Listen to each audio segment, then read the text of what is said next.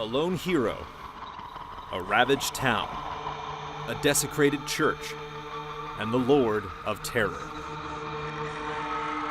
These are the most basic components of Diablo, an action role-playing adventure that became one of the most celebrated PC games of all time. Its emphasis on simplicity, randomization, and loot later became synonymous with an entire subgenre. Though the series has sold millions and garnered numerous awards, it almost didn't exist at all.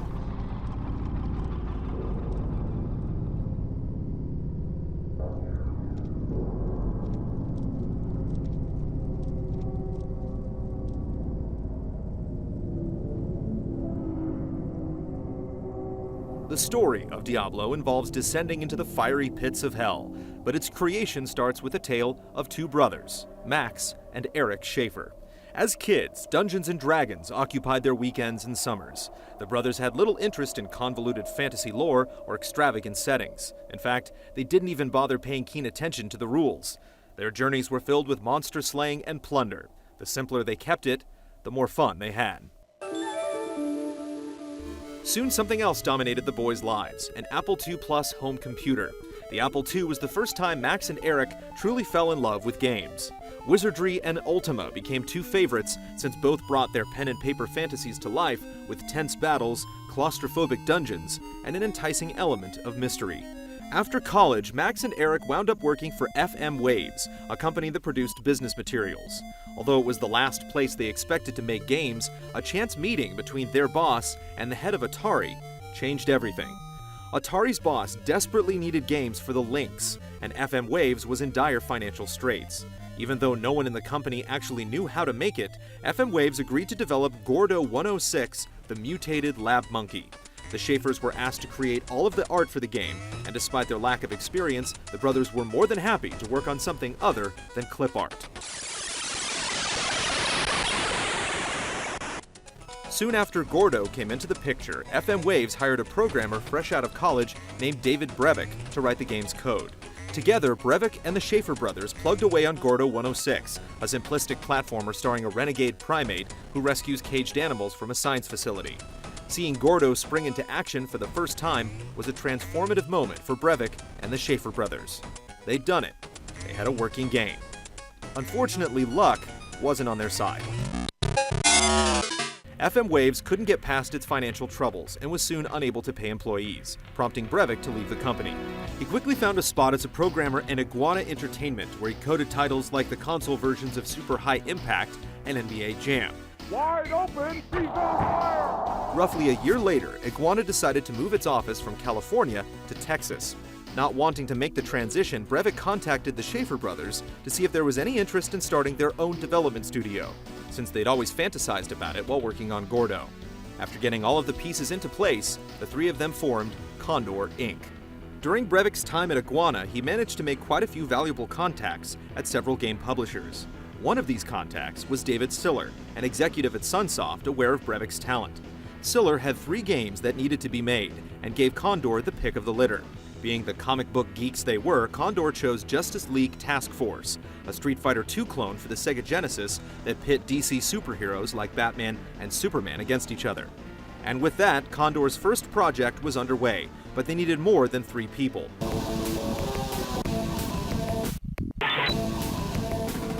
The company brought on Michio Okamura, Tom Byrne, and Kelly Johnson as additional artists, hired Richard Sees as a programmer, and got Matt Ullman to handle the music. While the entire studio enjoyed the challenge of making a fighting game, Brevik and the Schaefer brothers had greater ambitions. During the development of Task Force, Brevik presented a thick stack of design documents to his team. He told them that this was the dream game they'd someday make. Its name, Diablo.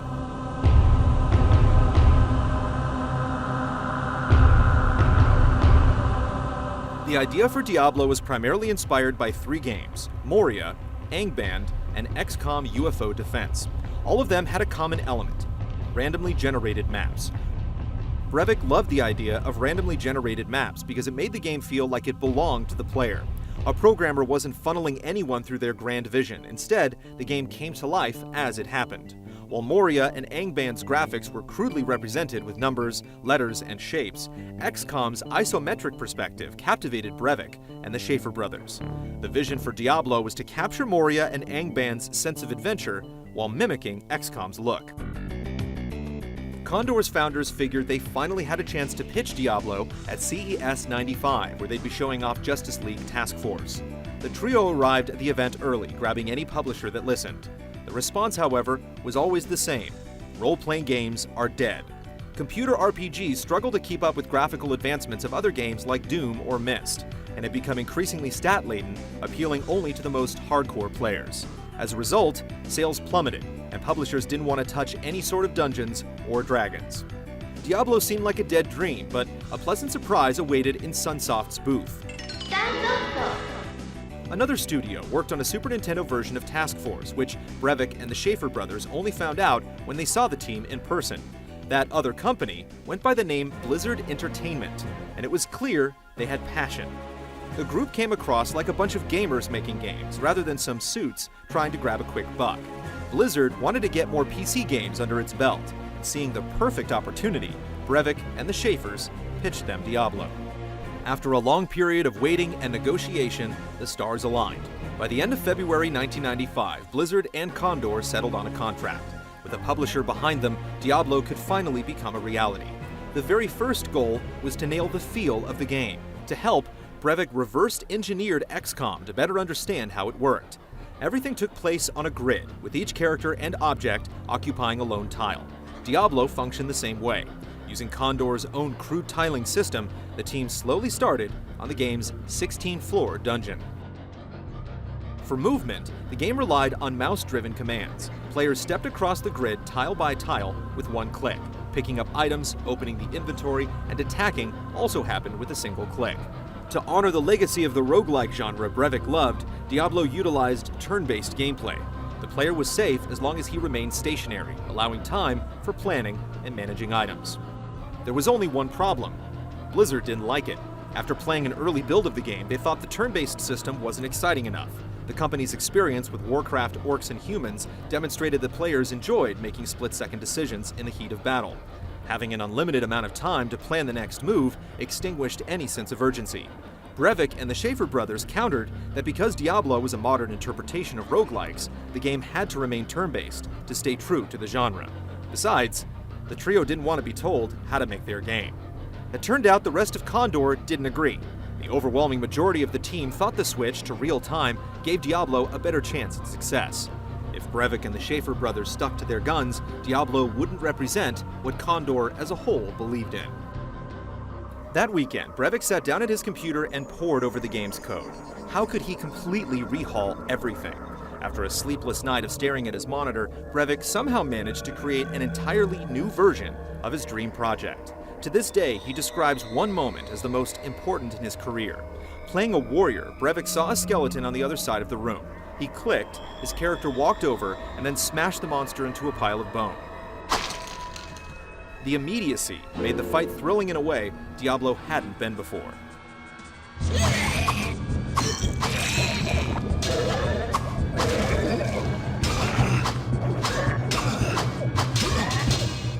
Moving forward, simplicity became Diablo's chief goal. Unlike the slow pace of contemporary RPGs, Brevik wanted players slaying monsters as quickly as possible after starting the game, and for every action to feel as good as killing that first skeleton.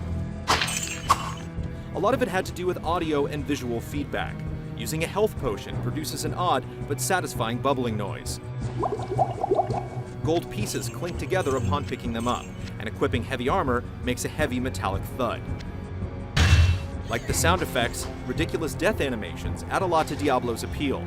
Goblin-like monsters named the Fallen flop to the ground with their organs splayed out on the floor, and the hulking Steel Lords burst into white flame upon death. The small touches are important, but Diablo's greatest strength is randomization. The fact that every single enemy, chest, and barrel could hold a new, powerful item makes the desire to search every inch of a dungeon floor impulsive. Magically imbued items have randomized attributes, so choosing between two pieces of gear is often difficult. Should you sacrifice weapon damage to boost the power of spells, or take increased movement speed over more armor? The lack of a right build made experimenting over multiple playthroughs exciting. Hello, my friend. Stay a while and listen. Optional quests further enhance replayability. These quests are categorized into groups, and one quest from each group is always absent, making it entirely possible to see the end without ever hearing the butcher's cry for fresh meat. Fresh meat. Diablo's character progression system offers a surprising amount of flexibility for its time. At the start, players pick an archetype. The warrior is the beefiest of the three and prefers to get in close. The rogue slaughters enemies from a distance with her bow, and the sorcerer wields lightning, fire, and arcane magic. While each has a distinct feel, they can choose to pump points into whichever stat they wish when they level up, allowing characters to change dramatically over time. Even a warrior can cast every spell as long as his magic is at the appropriate level.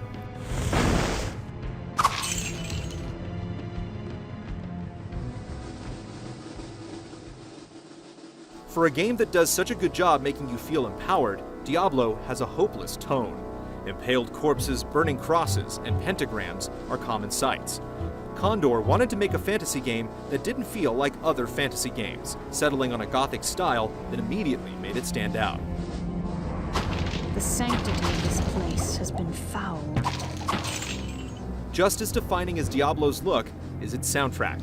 Matt Ullman filled the themes with low, pounding drums and distant screams that grind away confidence. While all of the tracks hold up 18 years later, none are more memorable than Tristram.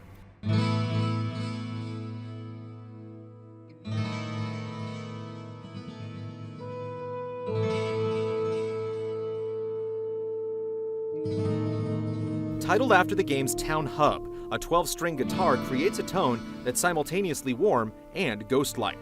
Because the song plays when you repair items and buy gear, it's meant to feel safe while also maintaining a lingering sense of dread that hints at the dangers found in the dungeon below.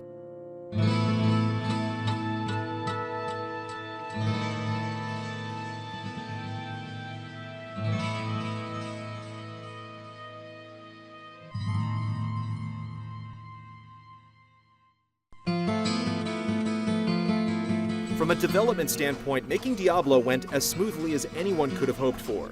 After the switch to real-time, it seemed like everything fell into place. Despite the creative high around the office, persistent financial troubles threatened to kill what everyone worked so hard to achieve.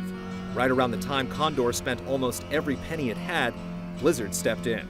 Thanks to the huge successes of Warcraft and Warcraft 2, Blizzard had earned the trust of its parent company, Davidson & Associates. Believing Diablo would be another PC hit, they made plans to acquire Condor. The deal finalized in March 1996, and Condor became Blizzard North.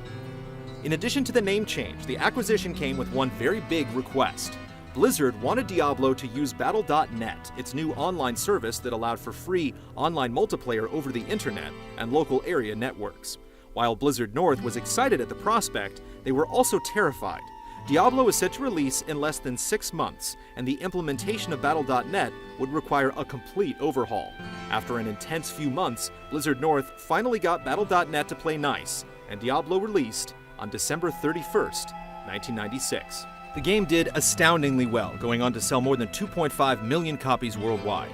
Diablo also received glowing reviews, and GameSpot dubbed it the 1996 Game of the Year. Diablo's triumph made the idea of an expansion obvious. Blizzard North had its eyes toward the future, however, and other avenues had to be explored. Hellfire, Diablo's first and only official expansion, was developed by Synergistic Software, a division of Sierra Entertainment. Hellfire offered new quests, a new storyline, new items, and a new class, the Monk, a dexterous fighter skilled in unarmed combat. The expansion also greatly improved the mechanics of the original game in a number of important ways. A jog option allowed players to move around town more quickly. The search spell highlighted loot on the ground so players wouldn't miss anything. And a teleport spell zipped you to the nearest staircase for a quick escape. Outside of Hellfire, Diablo also made its way to the PlayStation in March 1998 and appeared on the Macintosh in May that same year. While the Mac version was largely identical to its PC counterpart, the PlayStation version featured completely different menus, so navigation made sense with a controller. It also had a slightly zoomed-in view, so items could be seen more easily. Regardless of how players experienced Diablo, the game felt well ahead of its time. It premiered on Windows 95 when most games were made for DOS, offered free multiplayer over the internet, and most importantly, established the tenets of the action RPG. For as monumental as Diablo was, the team at Blizzard North was far from finished. The best was yet to come. All I know is that when he beckoned, I had to follow him. And from that moment, we traveled together east, always into the east.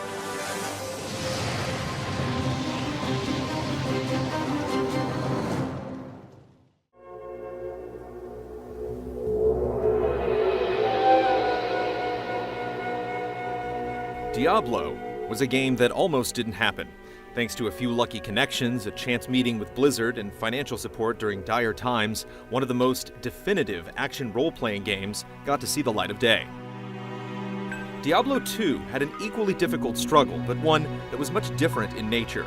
Blizzard North had all of the resources it needed after the original game's success, but now they had to fight against expectations. How could they follow up one of the most influential PC games of all time?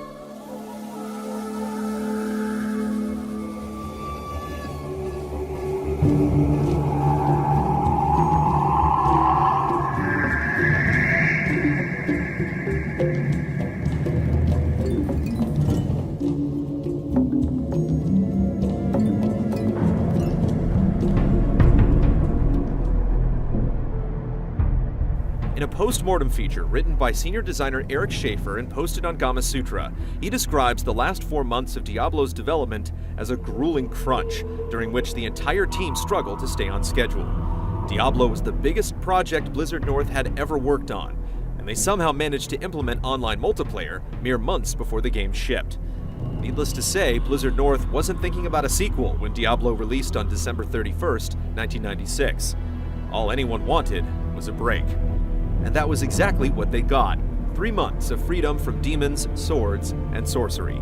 After the break, a renewed Blizzard North got together to discuss their next project. Surprisingly, it didn't have to be more Diablo. Blizzard North could work on whatever they wanted, but regardless of the new ideas the studio came up with, none of it stuck. Eventually, the Lord of Terror started slipping into each and every design discussion. Despite having the liberty to make something else, they were most excited about perfecting their former dream project, and work on Diablo 2 began.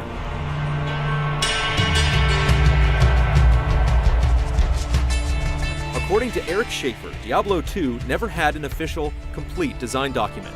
Blizzard North started with nothing but a rough idea and compiled criticisms from reviewers and fans.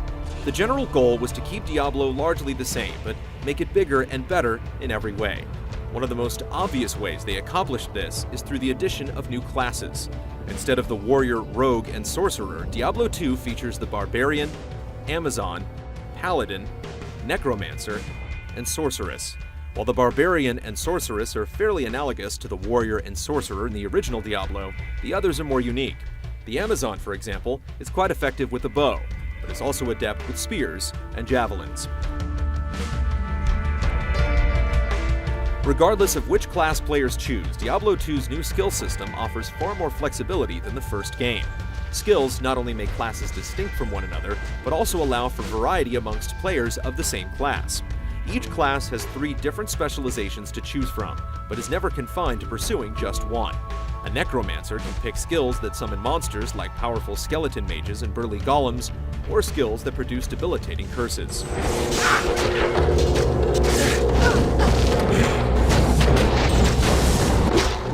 Out of all of Diablo 2's additions, the new skill system is arguably the most significant, since it grants so much versatility.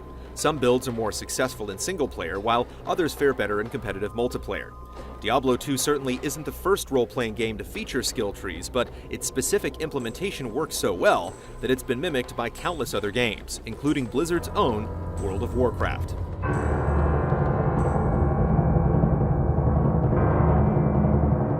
Gems offer another way to improve your character. There are 5 different types of gems that give different bonuses depending on the category of item they're placed into. Rubies add fire damage when combined with the weapon, but offer additional health when placed in a piece of armor. In the original Diablo, players have to hope they stumble upon sufficient gear, since equipment stats are largely randomized. With gems, players have a greater degree of control. Of course, why does gear matter at all if it doesn't look appropriately mighty? Although equipment does change a character's appearance in the original Diablo, it only happens in the most basic way. Essentially, each class has 3 different armor looks: a basic look with standard clothes, a medium armor look, and a heavy armor look. Diablo 2 allows for far more specific styles, since the best piece of equipped gear doesn't determine a character's overall appearance. Every single item looks like its respective type on a character, allowing for thousands of combinations. While not quite as varied as the items, Diablo 2's world is much more diverse than that of its predecessor. Whereas the original game has a lone town and 4 different tile sets for dungeons, Diablo 2 is split into 5 acts, each act having its own town, connecting with various environments and dungeons, as well as unique characters and quests. Act 1 features corrupt rogues in an ancient burial ground, while much of Act 3 is set in a swamp filled with Aztec and Mayan-inspired ruins, frog demons, giant mosquitoes, and tentacle beasts.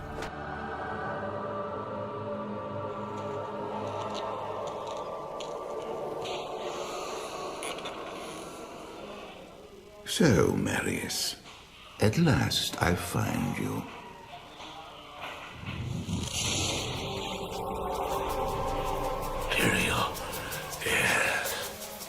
Story was hardly a consideration at all during the development of Diablo. Key characters such as Deckard Cain, King Leoric, and Prince Albrecht weren't fully fleshed out until much later on after Blizzard's insistence for a more realized world. With Diablo 2, the story became a priority at the outset. The first game kept things relatively simple: descend into hell and vanquish the Lord of Terror. Diablo 2 not only pits players against Duriel and Indariel, lesser evils of hell, they also have to face Diablo's brother, Mephisto. However, no new character is more important than Tyrael. An archangel with wispy glowing wings, Tyrael is sympathetic to the suffering of humans and aids players in returning the world to order after Diablo regains his true form.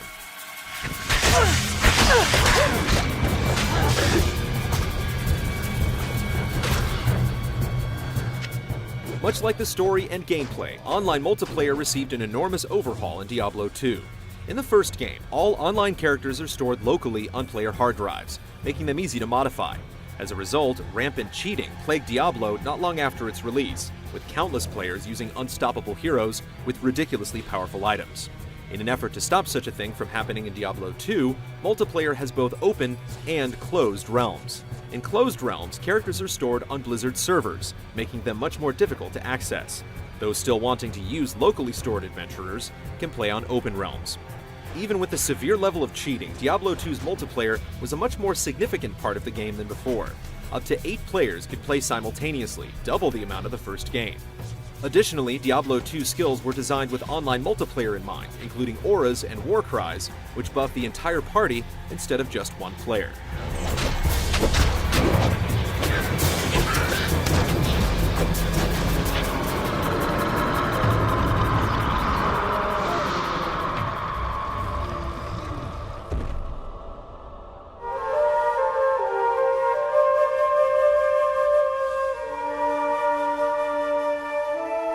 Even with all of Diablo 2's improvements and new additions, Blizzard North found time to include a secret referencing the original Diablo's famous urban legend. Although the source of the rumor is undocumented, it started circulating sometime after the first game's release, and involves the seemingly innocuous cows in the town of Tristram. Yep, that's a cow all right. The story goes that if players click a specific cow a certain number of times, a mysterious portal will open that leads to a realm of bloodthirsty bovine warriors. It was completely made up, but that didn't stop fans from inundating Blizzard with calls, emails, and letters hoping for confirmation of the level's existence. The pestering became so obnoxious that Blizzard even included a single-player cheat in 1998 StarCraft that gives an instant victory if a player inputs the sentence, "There is no cow level." Deciding to pay homage to the myth, Blizzard North created a secret cow level for Diablo 2. To access it, players have to combine Wurt's Leg with the Tome of Town portal while standing in the Rogue encampment in Act 1. After doing so, a red portal will appear that transports players to a small area filled with hell bovine, bipedal cattle brandishing two-handed axes that constantly emit a dull, monotone moo.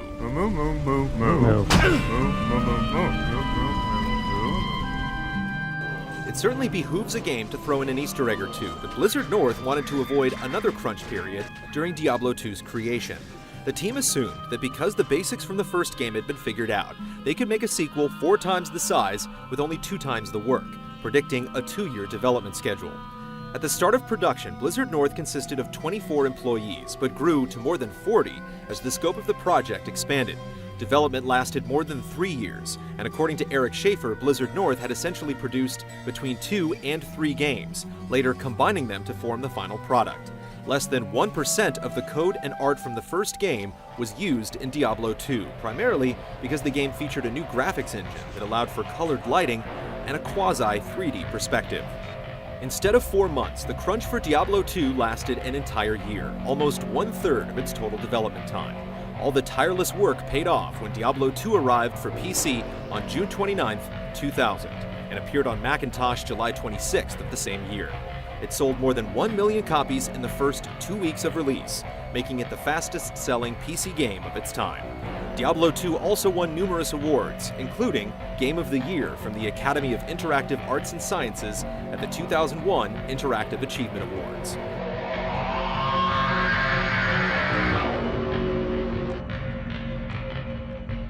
Despite the massive success, Blizzard North didn't have time to rest on its laurels, releasing Diablo 2's one and only expansion on June 27, 2001, almost exactly a year later.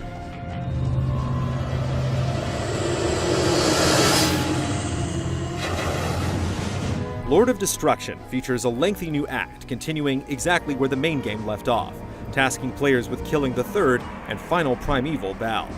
2 new classes, the Assassin and Druid, offer new ways to approach the game.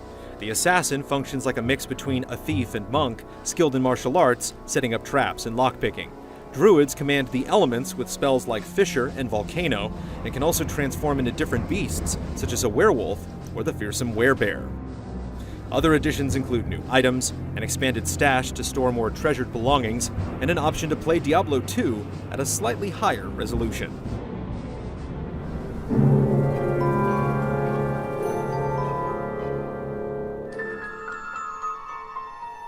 In the wake of overwhelming success, Diablo 3 seemed almost inevitable.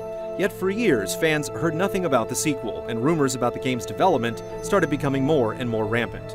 The most pervasive of these rumors involved an early build of Diablo 3 that apparently didn't meet the expectations of Blizzard's parent company, Vivendi. Kotaku reported the same information in August 2005 after hearing from an anonymous source. Adding fuel to the fire was the departure of 4 key members in June 2003, David Brevik, Max Schaefer, Eric Schaefer, and Bill Roper, a senior producer at Blizzard. Fans affectionately referred to them as the Big Four, since each had been essential to Diablo's development. More bad news followed in 2005 when the entirety of Blizzard North was shut down. Vivendi's dissatisfaction with an unfinished version was eventually revealed to be nothing more than speculation.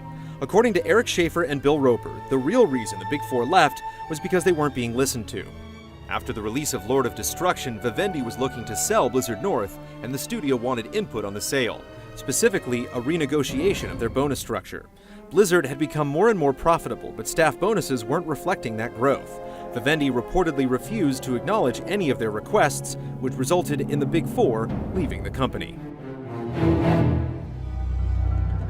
The departure wasn't exactly seen as a bad thing, however. Talking to IGN in October 2003, Roper stated that Blizzard North had grown much bigger than expected, and as a result, the studio had spent more time managing the company than making games. Now, they had an opportunity to get back to what they loved. Eric Schaefer echoed Roper's sentiments in a 2012 Reddit Q&A, saying he was getting fat and lazy at Blizzard, and that leaving gave him new motivation. True to their word, the Big Four immediately founded Flagship Studios after leaving Blizzard. The company's one and only title, Hellgate London, released on October 31, 2007. In contrast to the near universal praise of Diablo and Diablo 2, Hellgate received mixed reviews. Flagship eventually shut down in 2008, and the group went their separate ways. Bill Roper would later work on titles such as Champions Online and Disney Infinity. David Brevik served as the creative director of Dungeons & Dragons Online in 2009 and is currently the president and COO of Gazillion Entertainment, the company behind Marvel Heroes. Finally, Max and Eric Schaefer co-founded Runic Games and worked on the Torchlight series. While many of the minds behind Diablo found life after Blizzard, what was in store for the seminal action RPG series? Could a new internal team replicate and improve upon a design that millions adored? Fans wouldn't get an answer until 2008, when a very different Diablo revealed itself.